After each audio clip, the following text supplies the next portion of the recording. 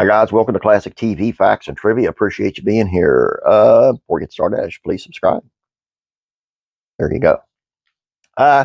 Today's video is on a not so classic. I guess it's kind of classic, but it's not like your Leave It to Beaver type show. I remember the 70's show. Dave Masterson, who played Hyde on the show, has recently been convicted of 2 counts of forcible rape, and he faces 30 years in prison. Take a look. Dave Masterson, the former star of the 70's show, was convicted Wednesday on 2 counts of forcible rape. The jury could not reach a verdict on the 3rd rape charge, deadlocking with a vote of 8-4 in favor of conviction. He faces a potential sentence of 30 years to life in prison on the 2 charges. Shortly after the clerk read the guilty verdicts, there was an audible gasp from his family, who were seated right behind him.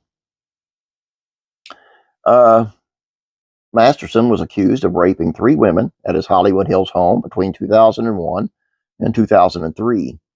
The jury convicted him of raping 2 women in 2003, but could not reach a verdict on the allegation from the one in 2001 involving a former girlfriend. After the verdict was read, he was handcuffed and taken into custody.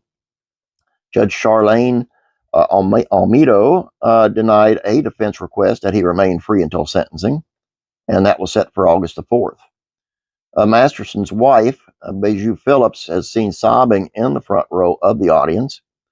One of the victims, known in court as Jane Doe 2, issued a statement expressing relief that he was convicted. She also referred to a pending civil case in which she and other accusers have sued him and the Church of Scientology for harassment and stalking.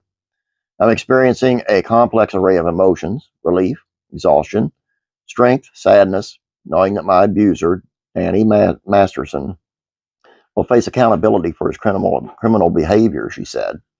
I'm disappointed that he was not convicted on all counts, but take great solace in the fact that the Church of Scientology and others will have to fully account for their abhorrent actions in civil court. His former girlfriend, Jane Doe number 3, said in a statement that she was devastated that he was dodged criminal accountability for his heinous conduct against me. She said she was determined to seek justice in civil court, where she said the 3 women will shine a light on how Scientology and other conspirators enabled and sought to cover up his monstrous behavior. LADA George Gascon thanked the jury for its service and praised the women for coming forward.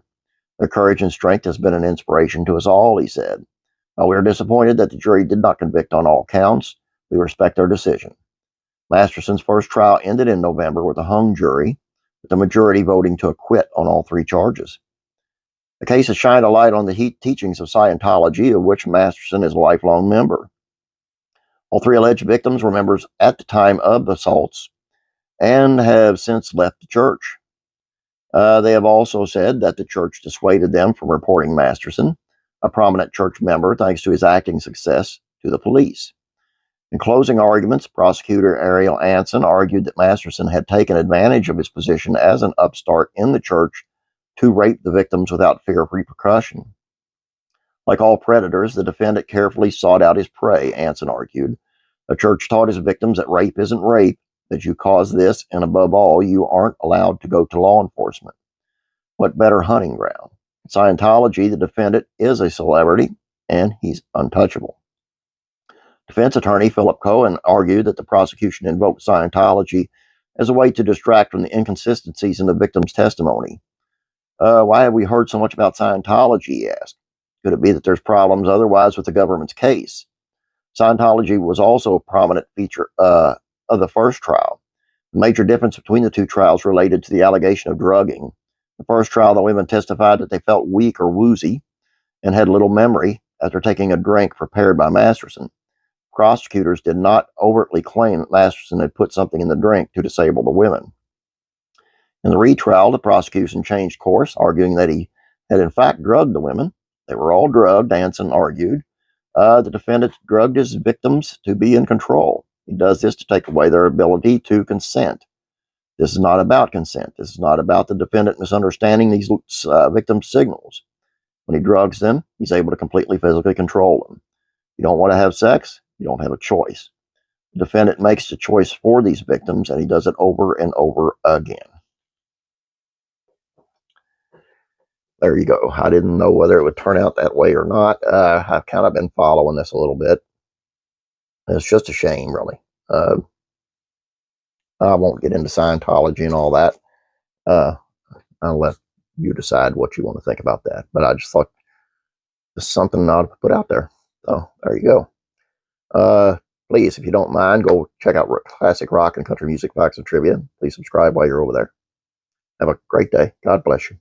I'll be praying for you.